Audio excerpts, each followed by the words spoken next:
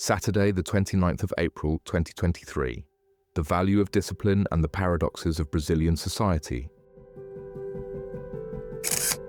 Copacabana, Rio de Janeiro, 26 degrees, normal, sunny and overcast. It is almost the end of the month, and it is very chilly and raining in the morning.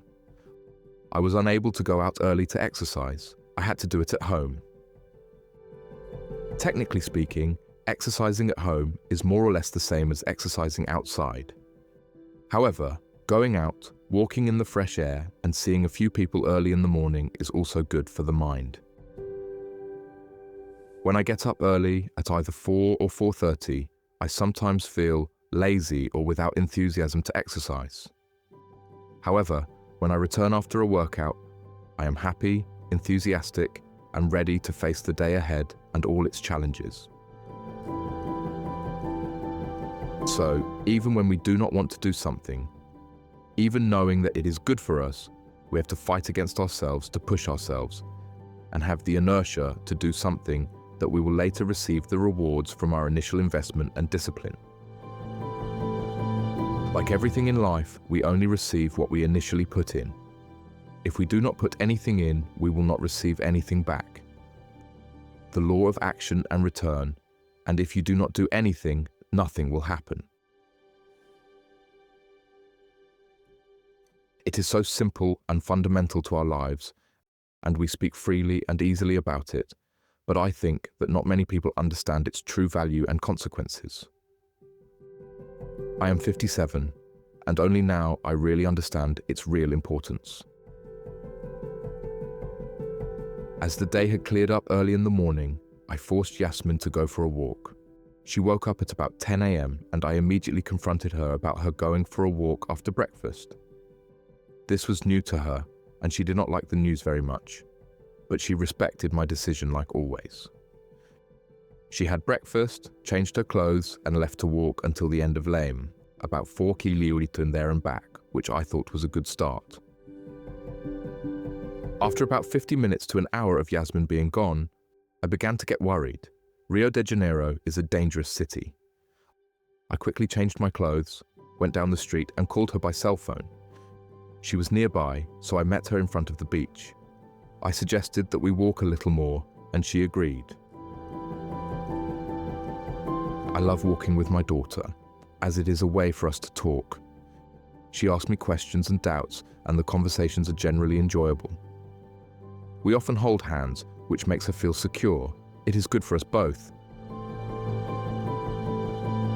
We were walking in front of the Rio Copacabana Hotel, where a temporary convention center and stadium were built from scaffolding on the beach.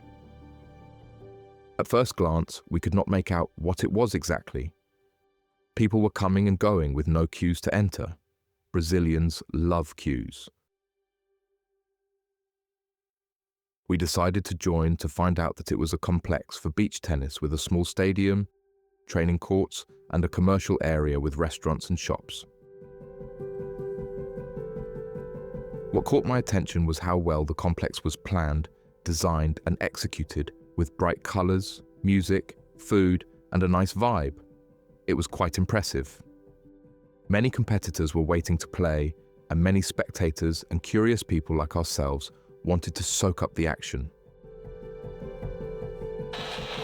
This made me think about Brazil and how it is passing through one of its most difficult and serious political, economic, and social crises.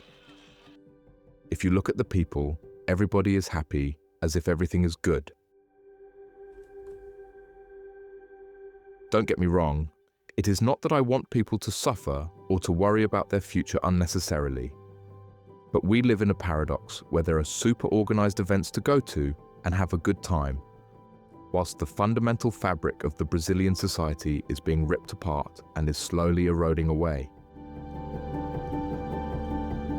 Has mankind not evolved from the Roman times, where a spectacle and bread and water were enough to control most of the population, while the elite continued to enjoy life's pleasures?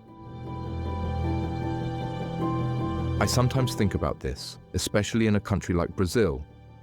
Other events like the Olympics and the FIFA World Cup and their legacies that were never for the people, but more for the government and the privileged. After leaving the event, we bought Açai to take home with us. Yasmin had a shower and washed her hair, which is a significant event in itself. We both read a little, and I was preparing to go to bed at about 9 p.m. Thank you very much. Thanks for reading my blog. Check out my other posts and share your thoughts in the comments.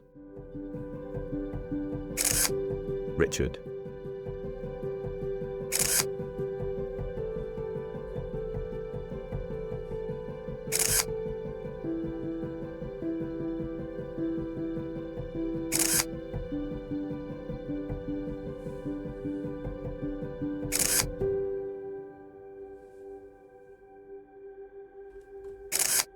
Photos by Richard George Photography.